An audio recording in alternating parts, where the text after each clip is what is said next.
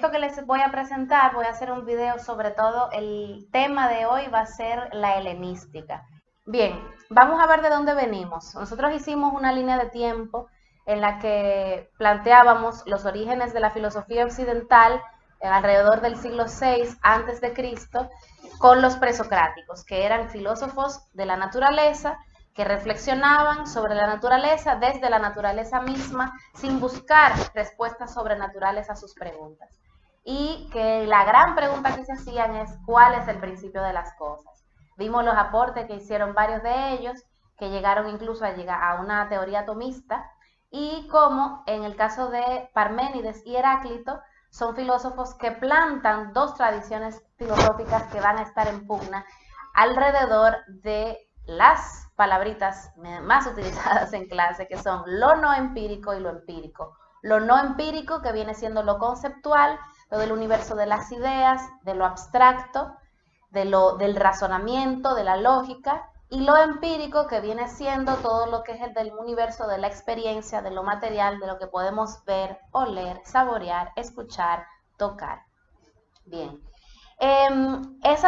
Sobre esas dos cuestiones y cuál tiene más importancia, ese es un asunto que van a estar debatiendo los filósofos durante siglos.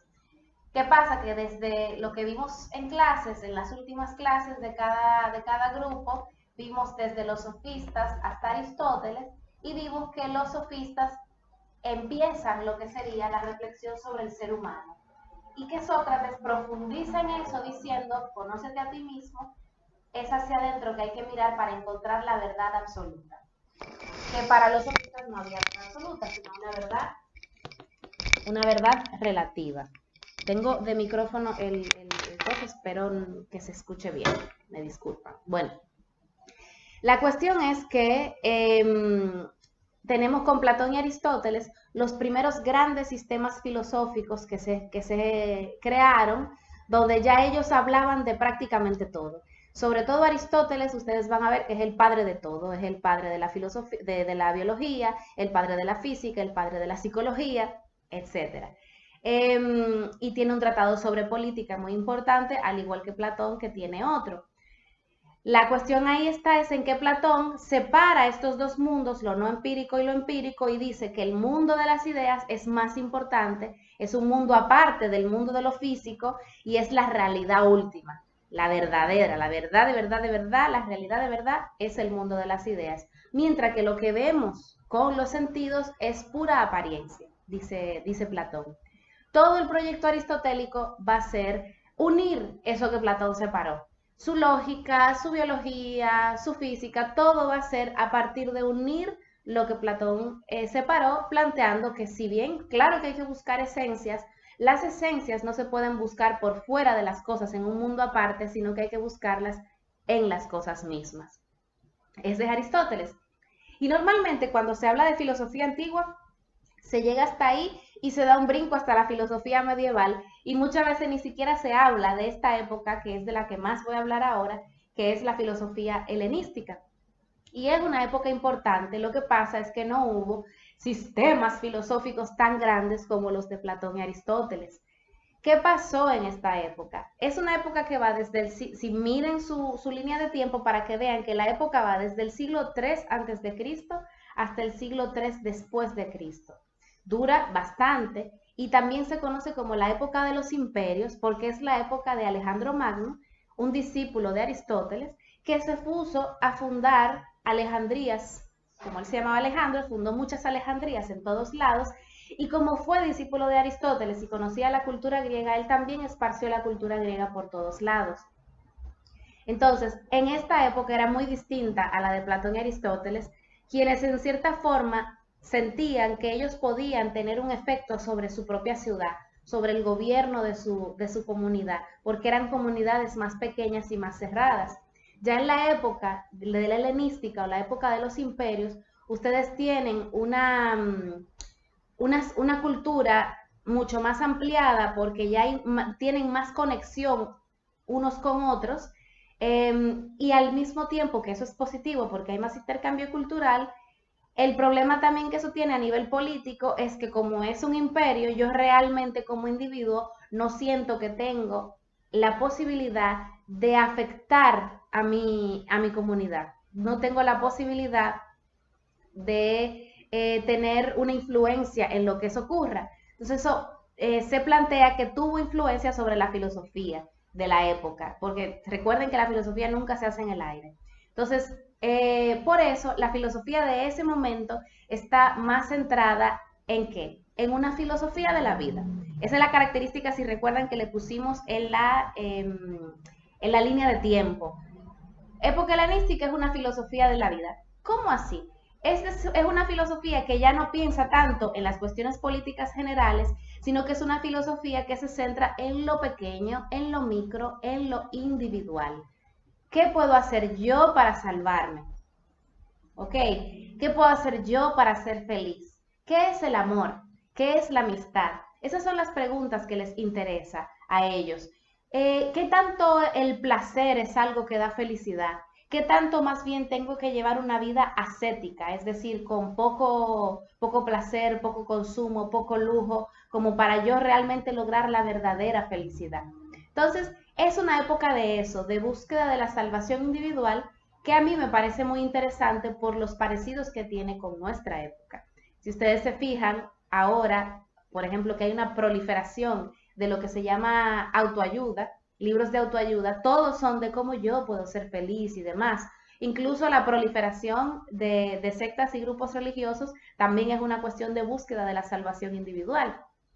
Y quizás lo que tenemos en común en nuestra época con la época de la filosofía helenística es que en ambos casos estamos en una cultura más globalizada en la que también como personas, ciudadanía, no sentimos que tenemos mucho efecto en lo que ocurre a nivel político y a nivel social.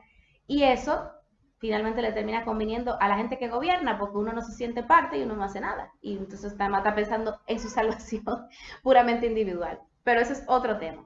Entonces, en esta época eso es lo que ocurre. Entonces ustedes van a tener ahí, yo no me voy a meter en los detalles porque ustedes tienen el material, ustedes saben leer. Esto es el contexto para que lo comprendan bien. Ustedes van a tener ahí Epicuro, van a tener ahí a los cínicos, van a tener que ser los cirenaicos y van a fluir muchísimas escuelas distintas con influencia sobre todo de Sócrates y Platón que van a ser en esa misma onda. Epicuro normalmente a los estudiantes les encanta porque habla de que todo el mundo puede filosofar, habla de la amistad. Él tenía una escuela donde entraban hombres y mujeres, que era algo muy interesante en esa época. En fin. Y algo que les quiero plantear es que dentro de las escuelas que seguían a Sócrates y a Platón estaban los neoplatónicos, es decir, que seguían las ideas de Platón, sobre todo de esa concepción de la teoría de las ideas, y la filósofa Hipatia, que es la protagonista de la película Ágora, de Alejandro Amenábar, ella era neoplatónica. ¿Qué pasa? Que en ese contexto de una filosofía más de la vida, a nivel científico sí hubo muchos avances en la época helenística. Es una época de avances en términos astronómicos, por ejemplo, y eso se evidencia también en la película, aunque lo exageran un poquito, y de mucha investigación. ¿Qué pasa? Que Alejandro Magno, en esta fundar ciudades a partir de su nombre, Alejandrías, también en algunas de ellas hubo bibliotecas.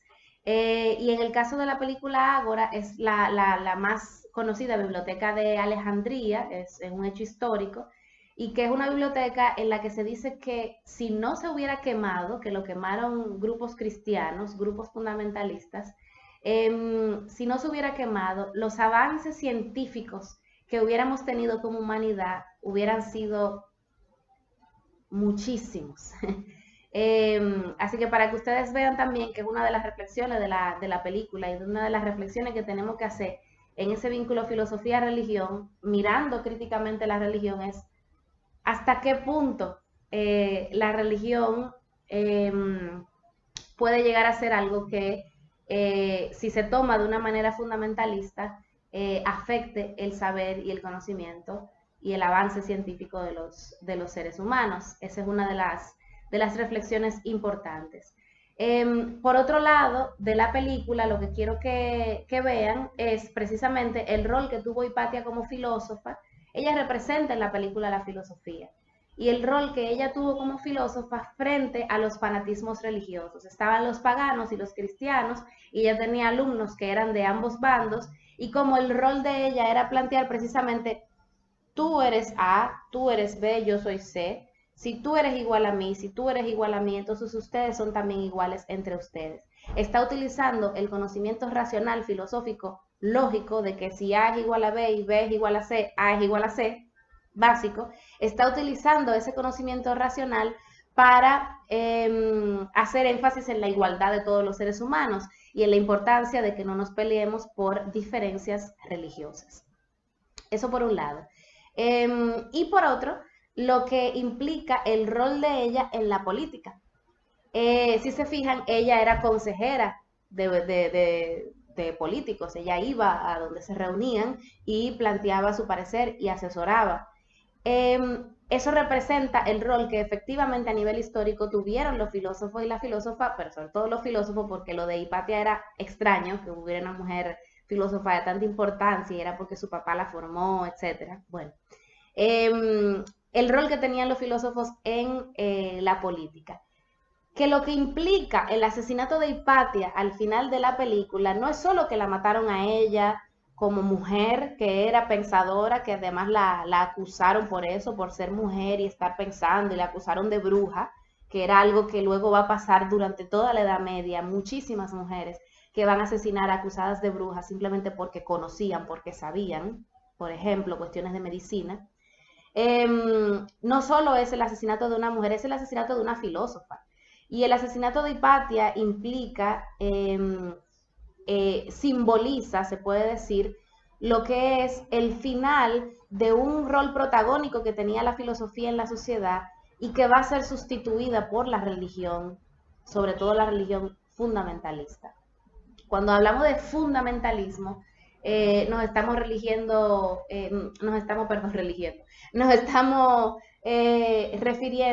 a tomar las cosas de una manera completamente dogmática, de una manera quizá exagerada, quizá no, exagerada, y donde tú entiendes que tú solo tienes la razón y nadie más la tiene, y que el que no tiene la razón o el que no está de acuerdo contigo es tu enemigo, el que no está conmigo está contra mí.